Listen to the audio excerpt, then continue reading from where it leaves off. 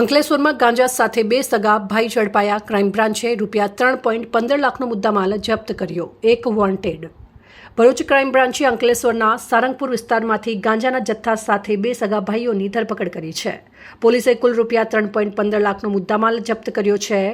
બાતમીના આધારે ભરૂચ એલસીબીએ અંકલેશ્વરના સારંગપુર વિસ્તારમાં આવેલા આદર્શનગર સ્થિત શાંતિનગર 2માં દરોડા પાડ્યા હતા। ત્યાંથી મૂળ બિહારના અને હાલ અંકલેશ્વરમાં રહેતા સુમનકુમાર મંટુ યાદવ તેમના ભાઈ ગોલુકુમાર મંટુ યાદવને ઝડપી પાડવામાં આવ્યા હતા। પોલીસે સ્થળ પરથી 6.100 કિલોગ્રામ ગાંજાનો જથ્થો મળી આવ્યો હતો, જેની કિંમત ₹3 લાખ આંકવામાં આવી રહી છે। ગાંજા ઉપરાંત પોલીસે 2 મોબાઈલ ફોન પણ જપ્ત કર્યા હતા। આમ કુલ ₹3.15 લાખનો મુદ્દામાલ કબજે કરવામાં આવ્યો હતો। આ ગાંજાનો જથ્થો આપનાર બિહારના ભાગલપુર ખાતે રહેતા સુંદરમ કુમાર શ્રી સચિદાનંદ યાદવને વોન્ટેડ જાહેર કરવામાં આવ્યું છે। પોલીસે આ મામલે વધુ તપાસ હાથ ધરી છે। રિપોર્ટર અંગુની જાકીર, ભરૂચ।